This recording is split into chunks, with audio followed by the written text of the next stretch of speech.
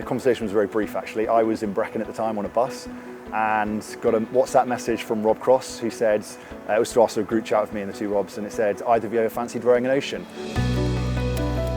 So we were in the same platoon and we were training for the Sandhurst Cup, so training to go out to America for the military skills competition there, but COVID sort of laid waste to that.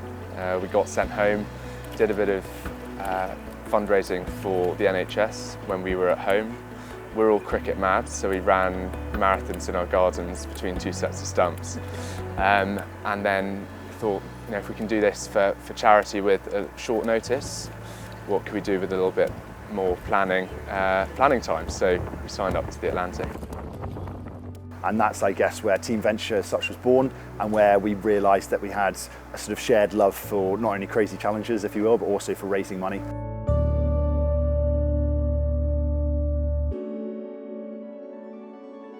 The boat is named Stephen, after my dad, who passed away from cancer just over 3 years ago now.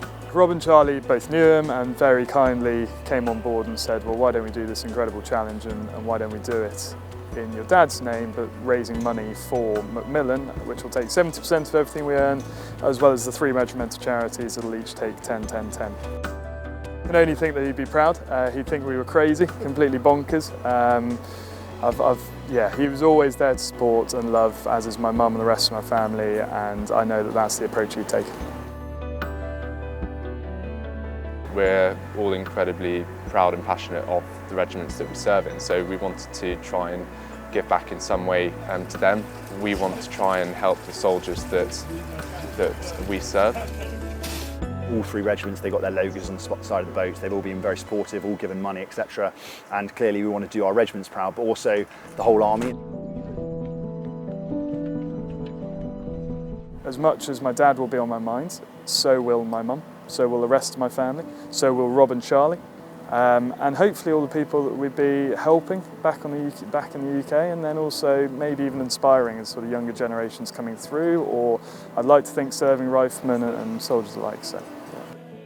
I mean, the reason we did think about doing a 4, but the reason we stuck as a 3 is we couldn't think of anyone else to add to the team that sort of shared that same relationship that the 3 of us had. Very little nautical experience. Perhaps that helps with the sort of naivety of going into it. I used to get very seasick going on ferries from England to Northern Ireland.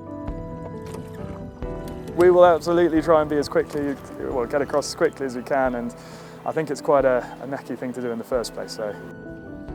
There are going to be tensions on the boat, that's inevitable, that's unavoidable, and we're discussing ways about how we sort of avoid those things.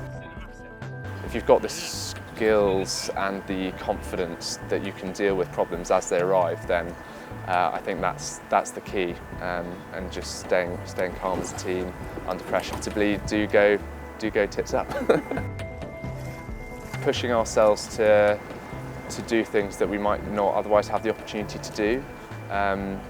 And the army creates an environment which has sort of helped to nurture and let that flourish. You can train for as long as you want coastally, but nothing prepares you for actually for the swells that you get on the Atlantic, the temperature changes, the seasickness. When you can't see land and you've got nothing but ocean around you, you can't replicate that in training. So I think we're ready for that next step. The similarities, but those differences that complement one another will be something that helps us get through as a team. If we're friends at the end of it and we've got some epic stories to tell, then that for us is success. Our key focus is to come off that boat as 3 really good mates that have just shared this unique experience.